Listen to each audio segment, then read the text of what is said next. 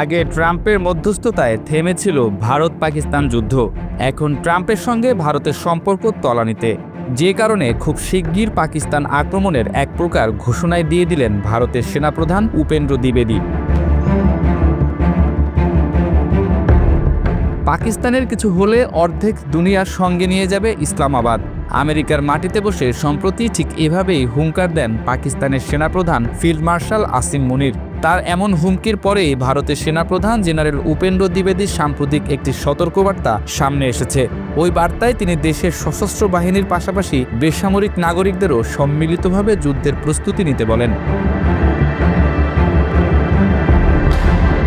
দ্বিবেদী সতর্ক করে বলেন, দেশের পরবর্তী সশস্ত্র সংঘাত হয়তো ধারণার চেয়ে শিগগিরই শুরু হতে পারে। সেই যুদ্ধে জয় পেতে সশস্ত্র বাহিনীর পাশাপাশি বেসামরিক প্রতিষ্ঠান ও সাধারণ নাগরিকদের সম্মিলিত প্রচেষ্টা প্রয়োজন হবে। ভারতীয় সংবাদ মাধ্যম দ্য প্রিন্ট এর প্রতিবেদনে বলা হয়, আইআইটি মাদ্রাজ এক বক্তব্যে সেনাপ্রধান এ সতর্কবার্তা দেন। তিনি বলেন, যুদ্ধ শিগগিরই হতে পারে, সে অনুযায়ী আমাদের প্রস্তুত হতে হবে। এবার এই লড়াই আমাদের সবাইকে মিলে একসঙ্গে লড়তে হবে। সেনাবাহিনীর অতিরিক্ত মহাপরিচালক দপ্তরে বক্তব্যের একটি ভিডিও প্রকাশ করেছে।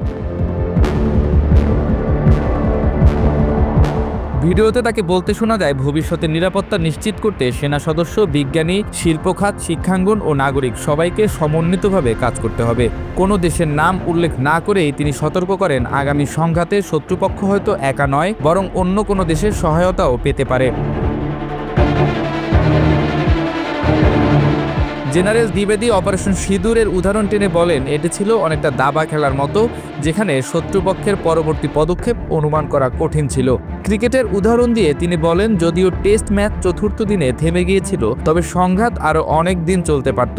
অভিযানের প্রসঙ্গে সেনাপ্রধান বলেন, এই অভিজ্ঞতা দেখিয়েছে যে রাজনৈতিক আস্থা, স্পষ্ট নির্দেশনা এবং সমন্বিত জাতীয় প্রস্তুতি থাকলে ভারত যে কোনো বড় সংঘাত মোকাবেলায় সক্ষম।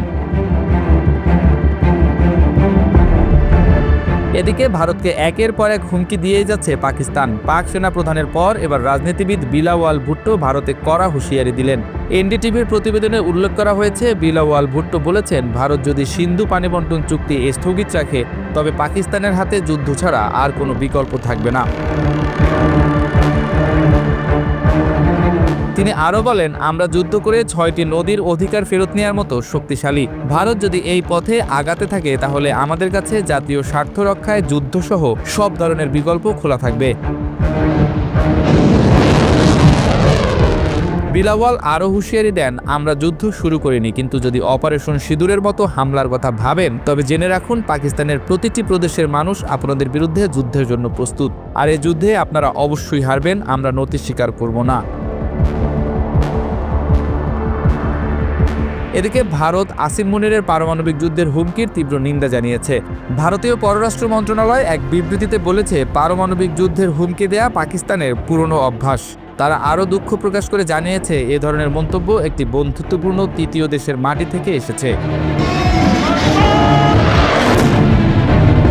বিবৃতিতে বলা হয়, আন্তর্জাতিক সম্প্রদায় নিজেরাই বুঝতে পারবে এ ধরনের মন্তব্য কতটা দায়িত্বজ্ঞানহীন। এটি প্রমাণ করে যে সেনাবাহিনী ও সন্ত্রাসী গোষ্ঠী যেখানে হাত মিলিয়ে চলে, সেই রাষ্ট্রে পারমাণবিক অস্ত্রের নিয়ন্ত্রণ ও নিরাপত্তা নিয়ে বিশ্ব সম্প্রদায়ের আশঙ্কা যথার্থ।